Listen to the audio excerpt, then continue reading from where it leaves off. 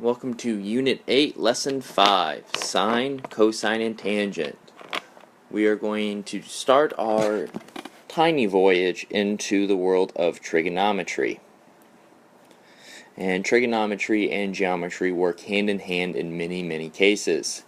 The aspects of sine, cosine, and tangent are used every day in certain professions. A lot of construction, building, engineering especially uses sine, cosine, and tangent principles. So we're going to start with the sine ratio. And all of these are ratios, meaning they are fractions. So we have a triangle ABC, and it has sides a, little b, little c. Now when we take the sine, cosine, or tangent, we do this of the angles. And we do it to the angles that are not the right angle. So you can only do the non-right angles. So the sine of A is equal to the leg opposite of angle A over the hypotenuse. So it's the opposite of A, so the side opposite of A is little a over the hypotenuse, which is C.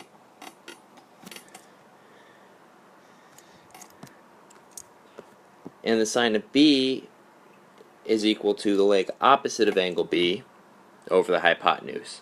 The leg opposite of B is little b, and the hypotenuse is C.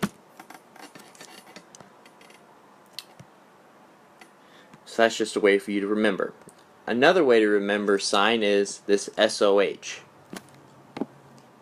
It's sine is opposite over hypotenuse. Sine opposite hypotenuse.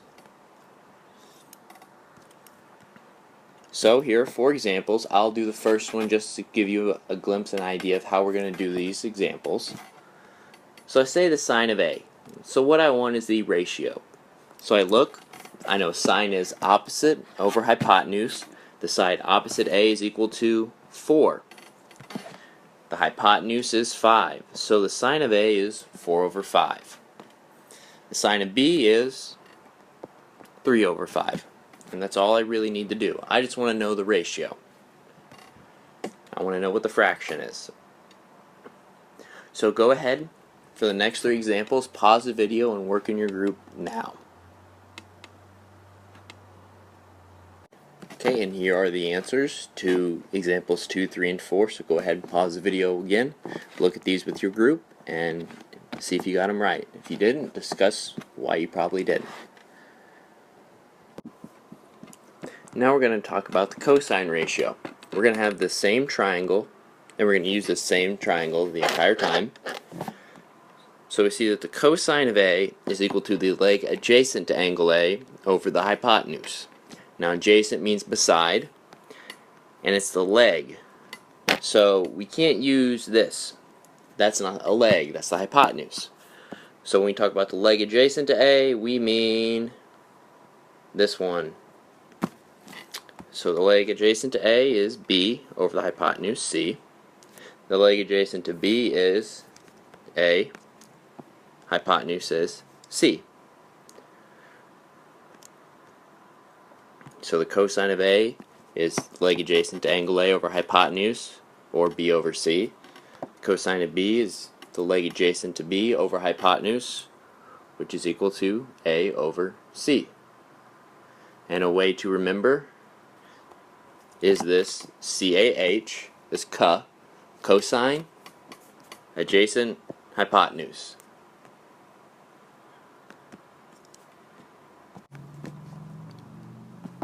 So here are 4 examples for cosine. So you're going to find the cosine of angle A and angle B in each of these examples. I want you to go ahead, pause the video, and work this in your group now.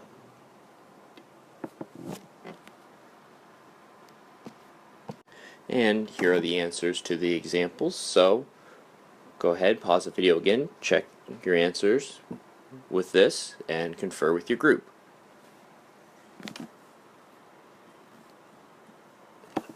Alright, the last trig ratio, the tangent ratio. The tangent of A is equal to the leg opposite of A over the leg adjacent of A. So we're going to go opposite A, which is little a, adjacent to A, which is little b.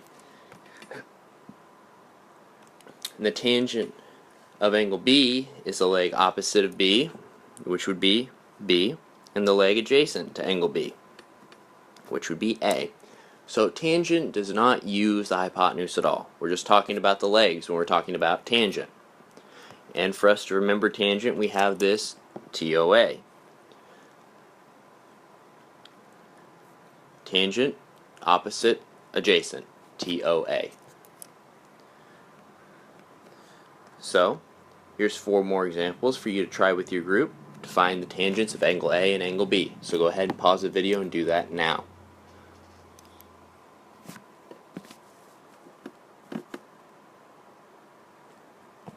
And here are the answers to those 4 examples.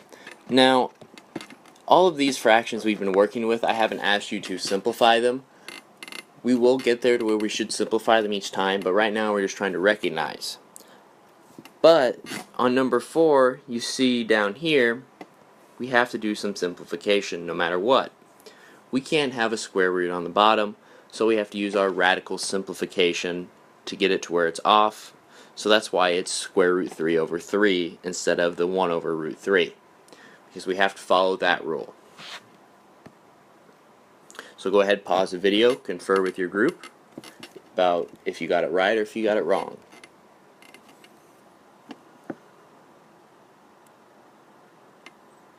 Alright, now we're going to look at sine, cosine, tangent similarities, and I'm going to bring back those letters.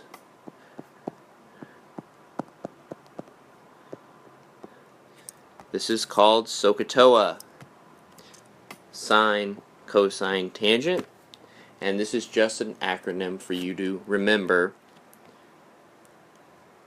all your sine, cosine, and tangent ratios. You don't have to use it, but I do suggest that you write it on the top of your paper or anything for a quiz or a test, just so you can remember it. So now let's get to the similarities. Here I have all sine of A, the cosine of A, the tangent of A, the sine of B, the cosine of B, and the tangent of B. And I want you to, with your group, look and see if you see any similarities between angle A and angle B and their respective trig ratios. So go ahead and pause the video and do that now. Alright, I'm sure you spotted some similarities here. The first one I want to highlight is this. Let's look at the sine of A and the cosine of B. We see that they are the same. And then we look at the cosine of A and the sine of B, and we see that they are also the same. So there's one similarity between our angles. And then if you look here at the tangents aren't opposites of each other, they're not the same, they are reciprocals. Reciprocal is if you have a fraction and you flip it. So the tangent of A is the reciprocal of the tangent of B. So there are some similarities within the triangle using sine, cosine, and tangent. And that is our intro for sine, cosine, and tangent.